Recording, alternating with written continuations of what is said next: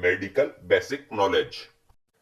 Friends, आज की video में हम हमारी बॉडी में blood pressure, oxygen level, body temperature, pulse rate, haemoglobin, sugar और चेस्ट का सीटी स्कोर नॉर्मल कितना होना चाहिए, इसके बारे में अपन डिटेल्स में जानेंगे। तो फ्रेंड्स, ये वीडियो आप सभी के लिए बहुत इंपॉर्टेंट है क्योंकि इस वीडियो में हम ह्यूमन हेल्थ से रिलेटेड कुछ बेसिक मेडिकल पॉइंट्स के बारे में जानेंगे जो कि आप सभी को पता होना चाहिए और यह सभी पॉइंट्स आपको फ्यूचर में भी काम आएंगे। तो फ्रेंड्स, सबसे पहले अपन ब्लड प्रेशर के बारे में जानते हैं। ब्लड प्रेशर को शॉर्ट में बीपी भी कहा जाता है और इसे हिंदी में रक्तचाप भी कहा जाता है। फ्रेंड्स, सबसे पहले आपको यह पता होना चाहिए कि ब्लड प्रेशर क्या होता है। ब्लड प्रेशर ब्लड वेसल्स में बहते हुए ब्लड द्वारा वेसल्स की वॉल्स या दीवार पर डाले गए प्रेशर को ही ब्लड प्रेशर कहा जाता है। फ्रेंड्स, इस नीचे वाले डायग्राम में आप देख सकते हैं कि यह ब्लड वेसल्स है और इसमें ब्लड सर्कुलेट हो रहा है। तो यह बहता हुआ ब्लड इस प्रकार वॉल्स पर दोनों साइड प्रेशर डालता है, उसे ही अपन ब्लड प्रेशर कहते हैं। फ्रेंड्स, ब्लड प्रेशर को हम स्पिग्मोमेनोमीटर से मापते हैं। फ्रेंड्स, ब्लड प्रेशर दो प्रकार का होता है। फर्स्ट है सिस्टोलिक ब्लड प्रेशर, सेकंड है diastolic blood pressure. Systolic blood pressure वह होता है जब हमारा हार्ट धड़कता है तो वेसल्स पर जो प्रेशर पड़ता है उसे मापा जाता है, और डायस्टोलिक प्रेशर वह होता है जब हमारा हार्ट धड़कता है तो दो धड़कनों के बीच के प्रेशर को मापा जाता है। और फ्रेंड्स, सिस्टोलिक ब्लड प्रेशर ऊपर का ब्लड प्रेशर होता है और डायस्टोलिक नीचे का ब्लड प्रेशर होता है। तो यहां पर अपन जानेंगे कि नॉर्मल ब्लड प्रेशर कितना होता है। न्यूली बोर्न बेबी में 95/55 mm ऑफ Hg होता है। यहां पर 95 सिस्टोलिक ब्लड प्रेशर है और 55 डायस्टोलिक ब्लड प्रेशर है। और यहां पर mm ऑफ Hg का मतलब मिलीमीटर ऑफ मरकरी होता है। और फ्रेंड्स, यंग एडल्ट्स में normal blood pressure 120/80 mm of Hg होता है। यानी कि यंग एज वाले व्यक्ति का ब्लड प्रेशर अगर 120/80 है तो वह व्यक्ति बिल्कुल स्वस्थ है। और फ्रेंड्स, ओल्ड एज वाले का blood pressure 150/90 mm of Hg होता है। ओल्ड एज में अपन इस ब्लड प्रेशर को थोड़ा सा नॉर्मल मानते हैं। और फ्रेंड्स, अगर किसी का blood pressure 140/90 mm of Hg है तो यह थोड़ा सा ज्यादा होता है। और फ्रेंड्स, अगर किसी का ब्लड प्रेशर ऊपर का 150 और नीचे का 95 है तो इसे हम बहुत ज्यादा बीपी मानते हैं। इस कंडीशन में हमें तुरंत डॉक्टर्स के पास जाना चाहिए क्योंकि यह इमरजेंसी कंडीशन होती है। अब ऑक्सीजन सैचुरेशन की बात करते हैं, मतलब SpO2 क्या होता है। SpO2 का मतलब सैचुरेशन ऑफ प्रीफेरल ऑक्सीजन होता है। फ्रेंड्स, ऑक्सीजन को ऑक्सीमीटर से चेक करते हैं।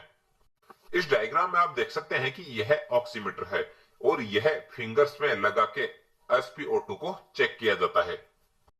फ्रेंड्स, जब हम सांस लेते हैं तो उसमें बहुत सारी गैसेज के साथ हमारे अंदर ऑक्सीजन भी जाती है। ऑक्सीजन हमारे फेफड़ों के एल्वियोलाई पर जाकर हमारे टिश्यू में एक्सचेंज होती है और हमारे ब्लड के थ्रू पूरे शरीर में सर्कुलेट होती है। तो फ्रेंड्स, ऑक्सीजन का लेवल हमारे शरीर में कितना होता है आपको इसका पता होना चाहिए। अगर फ्रेंड्स किसी पेशेंट का ऑक्सीजन लेवल 94 है तो इसे हम सामान्य ऑक्सीजन लेवल मानते हैं। तो वह मरीज बिल्कुल सामान्य या नॉर्मल होता है, 94 से कम नहीं होना चाहिए। और फ्रेंड्स, अगर किसी पेशेंट का ऑक्सीजन लेवल 95 से 100 है तो उस पेशेंट का ऑक्सीजन लेवल बहुत अच्छा होता है। और अगर ऑक्सीजन लेवल 90 से 93 है तो ऑक्सीजन लेवल थोड़ा कम होता है, मतलब यह ऑक्सीजन लेवल नॉर्मल नहीं होता है। और किसी का ऑक्सीजन लेवल 90 है या 90 से कम हो गया है तो उसका ऑक्सीजन लेवल बहुत कम हो चुका है और तो उस व्यक्ति को डॉक्टर्स के सलाह पर एडमिट हो जाना चाहिए। अब हम बॉडी टेम्परेचर की बात करते हैं, मतलब हमारे शरीर का नॉर्मल तापमान कितना होना चाहिए। फ्रेंड्स, आप सभी को यह पता होना चाहिए कि हमारी बॉडी का नॉर्मल टेम्परेचर कितना होना चाहिए। फ्रेंड्स, बॉडी टेम्परेचर को अपन एक डिजिटल थर्मामीटर से मापते हैं। इस डायग्राम में आप देख सकते हैं कि यह थर्मामीटर होता है। इससे ही अपन बॉडी का टेम्परेचर मापते हैं। अगर किसी व्यक्ति का टेम्परेचर 92 से 98.6 डिग्री के बीच है तो यह नॉर्मल बॉडी टेम्परेचर होता है। यदि किसी व्यक्ति का टेम्परेचर 99.0 डिग्री है तो यह थोड़ा ज्यादा टेम्परेचर होता है। उस व्यक्ति को थोड़ा बुखार भी हो सकता है। और फ्रेंड्स, अगर किसी व्यक्ति का टेम्परेचर 100 डिग्री से 102 डिग्री के बीच है तो यह बॉडी टेम्परेचर बहुत ज्यादा टेम्परेचर होता है। उस व्यक्ति को बहुत ज्यादा बुखार हो सकता है। अब अपन हार्ट या पल्स रेट की बात करते हैं। मतलब हृदय गति या पल्स रेट क्या होती है और हमारे शरीर में कितनी नॉर्मल होती है। फ्रेंड्स, सबसे पहले आपको यह पता होना चाहिए कि हार्ट रेट या पल्स रेट क्या होती है। जब हमारा हार्ट या हृदय 1 मिनट में जितनी बार बीट करता है या धड़कता है उसे ही अपन पल्स रेट कहते हैं। मतलब हार्ट रेट या पल्स रेट आपके दिल की प्रति मिनट धड़कन की संख्या होती है। इस डायग्राम में आप देख सकते हैं कि एक हाथ की दूसरी और तीसरी अंगुली को गर्दन पे रख के पल्स रेट को महसूस किया जा सकता है।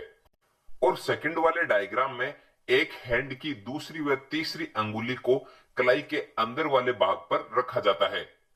यहां पर अंगुलियों को रखकर अपन पल्स रेट को महसूस कर सकते हैं।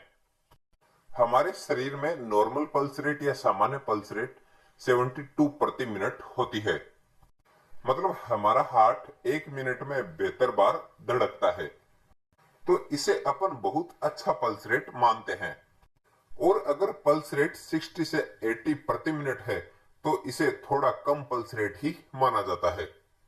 और अगर हमारे शरीर का पल्स रेट 90 से 120 प्रति मिनट है तो इसे बढ़ा हुआ पल्स रेट मानते हैं। अब हम ब्लड शुगर के बारे में जानते हैं। मतलब हमारी बॉडी में नॉर्मल कितनी ब्लड शुगर होनी चाहिए। फ्रेंड्स, हमारी बॉडी में शुगर 2 टाइम डिपेंड करती है। एक होती है फास्टिंग, मतलब खाना खाने से पहले, और दूसरी होती है पीपी, मतलब पोस्ट प्रांडियल, मतलब खाना खाने के बाद वाली शुगर। अगर आप खाना खाने से पहले शुगर करवाते हैं तो उसे फास्टिंग शुगर कहते हैं, और अगर खाना खाने के बाद में शुगर करवाते हैं तो उसे पोस्ट प्रांडियल शुगर कहते हैं। फ्रेंड्स, इस डायग्राम में आप देख सकते हैं कि इस ग्लूकोमीटर से ब्लड शुगर टेस्ट किया जाता है। फ्रेंड्स, अगर आपने खाना खाने से पहले शुगर टेस्ट करवाया है तो उसकी नॉर्मल शुगर रेंज 70 से 100 mg पर डीएल होती है। यहां पर डीएल का मतलब डेसीलीटर होता है। और फ्रेंड्स, अगर आपने खाना खाने के बाद में शुगर टेस्ट करवाया है तो ब्लड शुगर की नॉर्मल रेंज 70 से 140 mg पर डीएल होती है। अगर फ्रेंड्स आपकी फास्टिंग शुगर 125 mg पर डीएल से ज्यादा आ रही है तो आपको शुगर या डायबिटिक हो सकती है। अब अपन हीमोग्लोबिन के बारे में जानते हैं। इसे शॉर्ट में एचबी भी कहा जाता है। फ्रेंड्स, हीमोग्लोबिन एक प्रकार का प्रोटीन होता है जो कि आरबीसी मतलब रेड ब्लड सेल्स में पाया जाता है। हीमोग्लोबिन की कमी के कारण हमारे शरीर में बहुत सारी बीमारियां हो सकती है। इसलिए हमारे शरीर को स्वस्थ रखने के लिए हीमोग्लोबिन बहुत इंपॉर्टेंट होता है। हीमोग्लोबिन मेल और फीमेल में अलग अलग क्वांटिटी में होता है। मेल में हीमोग्लोबिन की नॉर्मल वैल्यू 13.5 से 17.5 ग्राम पर डीएल होता है, और फीमेल में हीमोग्लोबिन की नॉर्मल वैल्यू 12.5 से 15.5 ग्राम पर डीएल होता है। अब रेस्पिरेशन रेट के बारे में बात करते हैं। मतलब हमारे शरीर की श्वसन दर नॉर्मल कितनी होनी चाहिए। फ्रेंड्स, हम नोज के थ्रू 1 मिनट में अपन कितनी बार सांस लेते हैं उस रेट को ही अपन रेस्पिरेशन रेट कहते हैं। ह्यूमन बॉडी में नॉर्मल रेस्पिरेशन रेट 12 से 16 ब्रेथ्स पर मिनट होता है। मतलब 1 मिनट में 12 से 16 बार सांस लेते हैं। और 1 से 3 मंथ के बच्चों का रेस्पिरेशन रेट 44 पर मिनट होता है। मतलब छोटे बच्चे 1 मिनट में लगभग 44 बार सांस लेते हैं। अब सिटी स्कोर या एचआर सिटी चेस्ट स्कोर के बारे में बात करते हैं। मतलब चेस्ट का सीटी स्कैन करने पर लंग्स का क्या स्कोर होना चाहिए। HRCT चेस्ट स्कोर कोरोना में बहुत इंपॉर्टेंट स्कैन था। इस डायग्राम में आप देख सकते हैं कि यह हमारी बॉडी में लंग्स होते हैं। हमारी बॉडी में दो लंग्स होते हैं, एक राइट लंग्स और दूसरा लेफ्ट लंग्स। राइट वाले लंग में तीन लोब होते हैं, first superior lobe, second middle lobe और थर्ड इंफेरियर लोब। और लेफ्ट लोब में दो लोब ही होते हैं, एक सुपेरियर लोब होता है और दूसरा इंफेरियर लोब होता है। यह लोब जितने परसेंट इन्फेक्शन होता है उसके अकॉर्डिंग ही सीटी स्कोर निकाला जाता है। अगर किसी पेशेंट का HRCT मतलब हाई रिजोल्यूशन सीटी स्कोर 0 से 8 तक है तो इसे हम माइल्ड इन्फेक्शन कहते हैं, यानी कि उस मरीज में हल्का इन्फेक्शन है। और यदि किसी पेशेंट का HRCT स्कोर 9 से 18 के बीच में है तो इसे हम मॉडरेट इन्फेक्शन कहते हैं। और फ्रेंड्स, अगर किसी पेशेंट का HRCT स्कोर 19 से 25 के बीच में है तो इसे हम सीवियर इन्फेक्शन कहते हैं, मतलब इसे काफी गंभीर इन्फेक्शन माना जाता है। सीवियर इन्फेक्शन में ऑक्सीजन और वेंटिलेटर की भी आवश्यकता होती है। तो फ्रेंड्स, आज का हमारा टॉपिक यही कंप्लीट होता है। फ्रेंड्स, आपको वीडियो अच्छा लगे तो